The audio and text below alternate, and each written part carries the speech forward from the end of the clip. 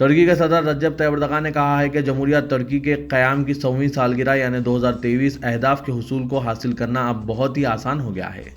صدر اردغان نے ان خیالات کا اظہار جسٹس اینڈ ڈیولپمنٹ پارٹی کے صوبائی کنونشن سے خطاب کرتے ہوئے کیا۔ انہوں نے کہا کہ ترکی کی خارجہ پالیسی سے متعلق اپنائے جانے والے موقف نے ترکی خطے میں دنیا میں اپنی بات منوانے والے ملک کی حیثیت اختیار کر چکا ہے۔ انہوں نے کہا کہ ہمارے ملک کو ٹیڑھی نگاہ سے دیکھنے والوں اور ہمیں آپس میں لڑانے کی کوشش کرنے والوں کو ان کی جانب سے کھیلے جانے والے تمام کھیلوں کو ناکام بنا دیں گے۔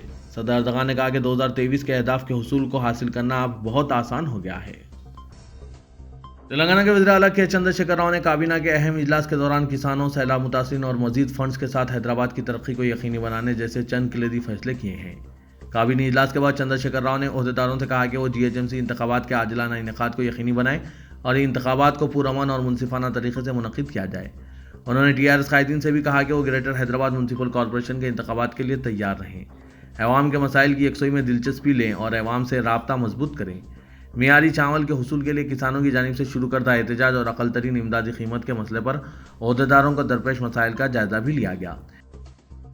تلنگانہ ہائی کورٹ کے ڈویژن بینچ نے گریٹر حیدرآباد میونسپل کارپوریشن کے انتخابات میں 2 سے زائد بچے رکھنے والے افراد پر مقابلہ کرنے اور پابندی کے خلاف دائر کردہ درخواست کی سماعت کی ہے۔ ہائی کورٹ نے حکومت کو نوٹس جاری کرتے ہوئے موقف کی وضاحت طلب کی۔ چیف جسٹس رگھویندر سنگھ چوہان اور جسٹس B وجے ریڈی پر مشتمل ڈویژن بینچ نے سریدھر بابو اور محمد طاہر کی جانب سے دائر کردہ درخواست کی سماعت کرتے ہوئے حکومت کو نوٹس جاری کی ہے۔ گریٹر حیدرآباد میونسپل کارپوریشن کے مجوزہ انتخابات میں پارٹی کے بہتر مظاہرے کو یقینی بنانے کے لیے TRS قیادت نے موجودہ کارپوریٹرز کی کارکردگی کی رپورٹ طلب کی ہے۔ TRS کے موجودہ کارپوریٹرز کی تعداد 1999 ہے اور پارٹی نے 110 ڈویژنوں میں کامیابی کا نشانہ مقرر کیا ہے۔ موثوق ذرائع کے مطابق دوباک میں BJP کی کامیابی کے بعد TRS قیادت گریٹر حیدرآباد کے انتخابات پر توجہ مرکوز کرتے ہوئے بہتر کارکردگی والے کارپوریٹرز کو دوبارہ ٹکٹ دینے کا فیصلہ کیا ہے۔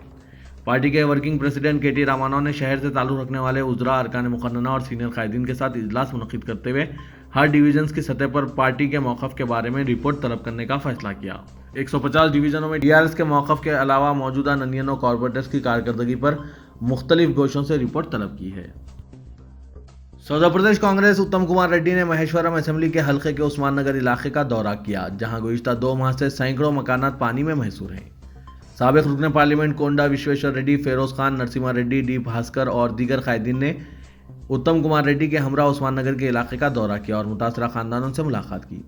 گزشتہ 2 ماہ سے سینکڑوں مکانات پانی میں گھرے ہوئے ہیں اور حکومت کی جانب سے پانی کی نکاسی کا کوئی انتظام نہیں کیا جا رہا ہے۔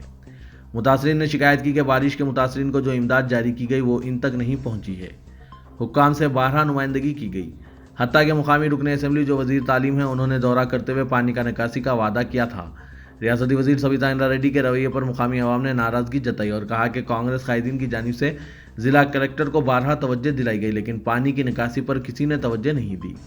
مکانات کے پانی میں محصور رہنے سے بنیادیں کمزور ہونے کا خطرہ لاحق ہو چکا ہے۔ اتم کمار ریڈی نے متاثرہ خاندانوں کو یقین دلایا کہ کانگریس پارٹی کی جانب سے ہر ممکن مدد کی جائے گی اور پانی کی نکاسی کے لیے حکام سے نمائندگی ہوگی۔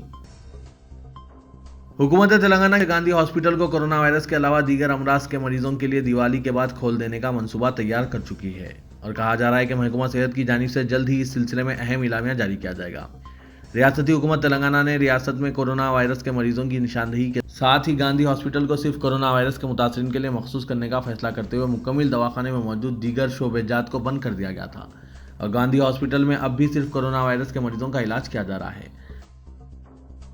کورونا لاک ڈاؤن کے 6 ماہ کے دوران گریٹر حیدرآباد کے حدود میں شادی بیاہ کی تقاریب بری طرح متاثر ہوئی تھی، لیکن حکومت کی جانب سے ان لاک کے تحت تقاریب کی اجازت کے بعد سے دوبارہ دھوم دھام کے ساتھ شادی بیاہ کی تقاریب کا آغاز ہو چکا ہے۔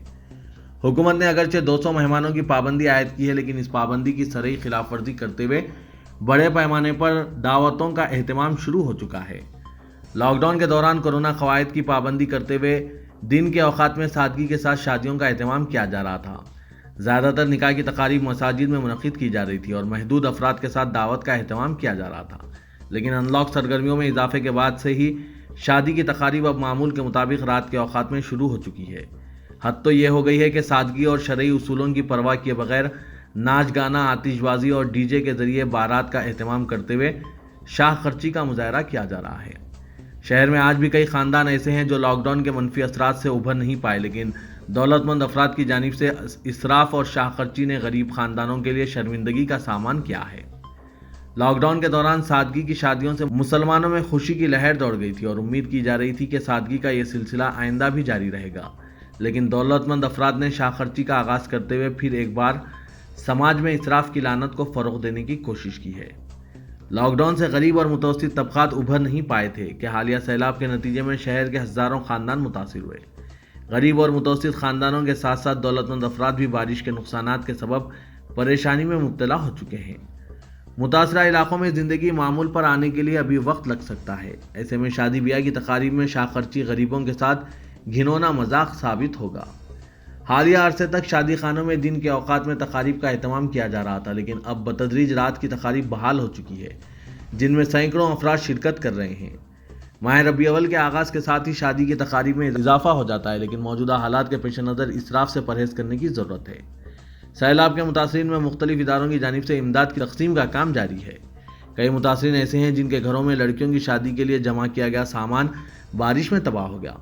ضرورت اس بات کی ہے کہ شادی بیاہ میں اسراف کے بجائے ایسے خاندانوں کی مدد کی جائے جن کی لڑکیوں کی شادی لاک ڈاؤن اور بارش کے نقصانات کے سبب ملتوی کرنی پڑی۔ شہر کے تمام شادی خانے تقریباً معمول کی طرف لوٹ رہے ہیں اور بحال ہو چکے ہیں۔ مسلم جماعتوں، تنظیموں اور علماء کرام کو اسراف کی تقاریب کے خلاف مہم چلانے کی ضرورت ہے۔ میئر حیدرآباد بی رام موہن نے آج دلسکھ نگر ڈویژن میں 6 ماڈرن بس شیلٹرز کا افتتاح انجام دیا۔ اس موقع پر اپنے خطاب میں بی رام موہن نے کہا کہ تلنگانہ حکومت کی جانب سے حیدرآباد شہر کو عالمی طرز پر ترقی دینے کے لیے جدید عصری انفراسٹرکچر فراہم کیا جا رہا ہے۔